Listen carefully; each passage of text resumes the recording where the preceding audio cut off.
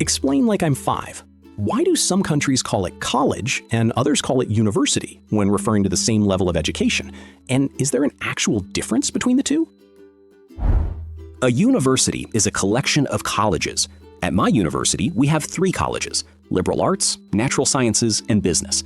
Each college has a dean who runs that college and reports to the provost.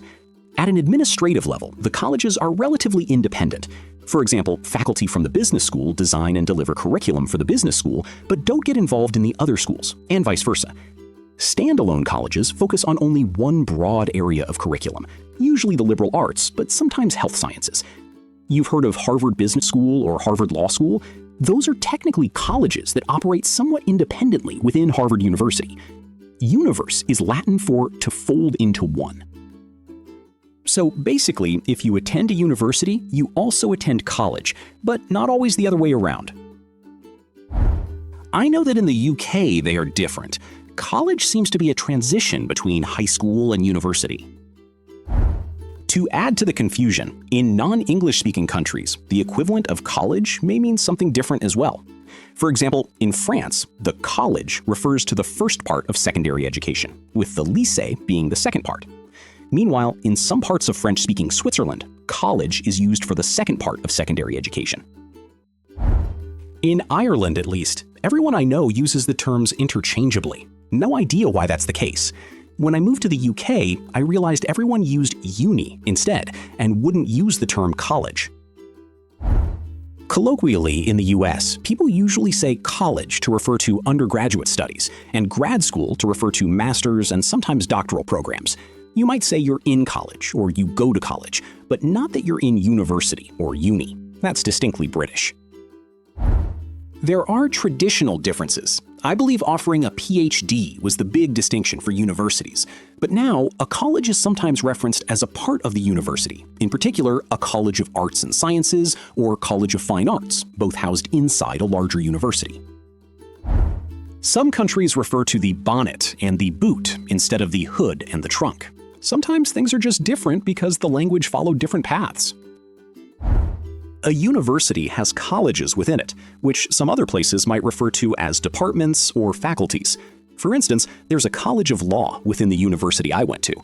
Some universities also have residential colleges, institutions where the students live on campus.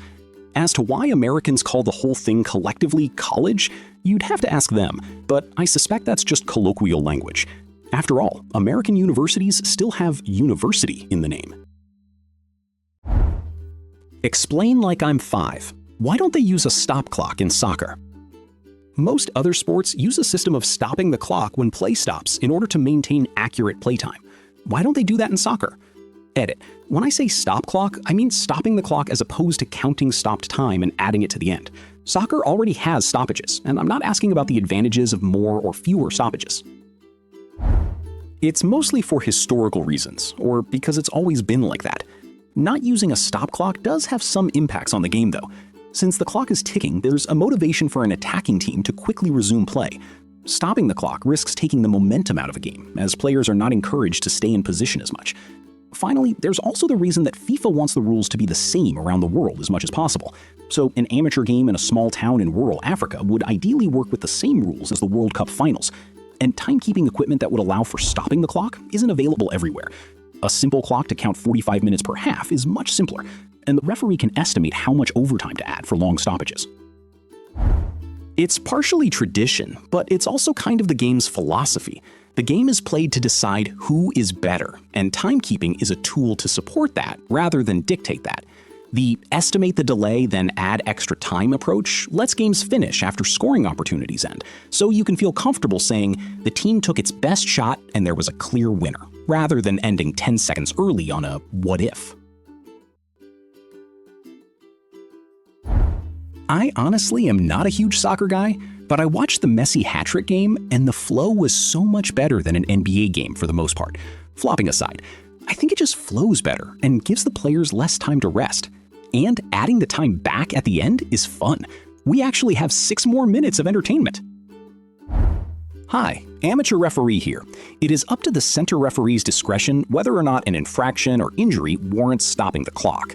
In the current game, this is desirable because players who are losing might try to. Similar to deciding whether a foul was aggressive enough to warrant booking or sending off, whether or not a player going to ground was simulation or embellishment, or whether contact of the ball to the hand or arm was handling the ball with the extremity in an unnatural position to make the body bigger, or incidental. It's similar to baseball, where the strike zone varies between umpires.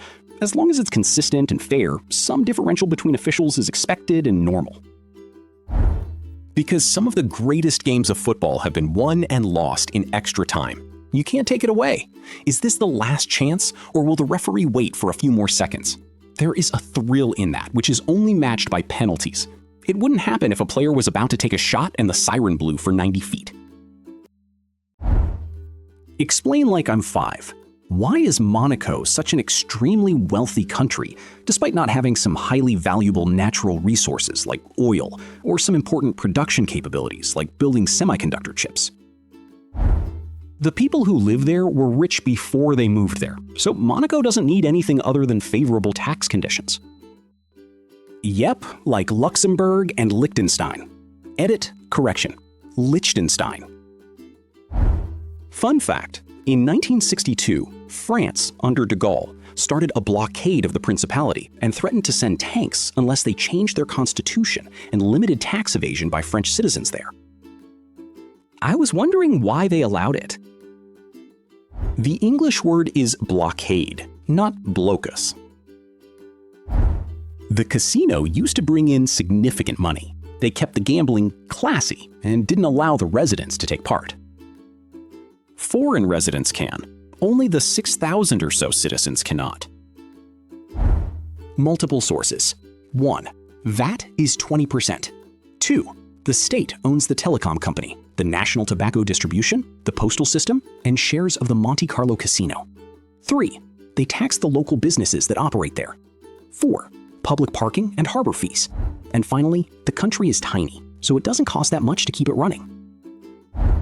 We traveled to Monaco from Nice last year, and I also think the sheer number of people who travel there daily and spend a bit of money before heading back probably contributes to its wealth through VAT. Tens of thousands of people commute daily to Monaco for work from neighboring countries. Contrary to what most people think, having natural resources is not highly correlated with a country being rich. Of course, some countries that have natural resources are incredibly rich, but for most countries, it leads them to either have constant war over it, like a lot of African countries, or a political class that plunders it all, like Venezuela and Russia. The most important factor in a country being rich is having institutions that favor growth, private property, free markets, and stable and inclusive governments. Countries that have such institutions and no natural resources prosper. Countries that have the opposite don't. Rich people buy expensive things, so sales tax is huge.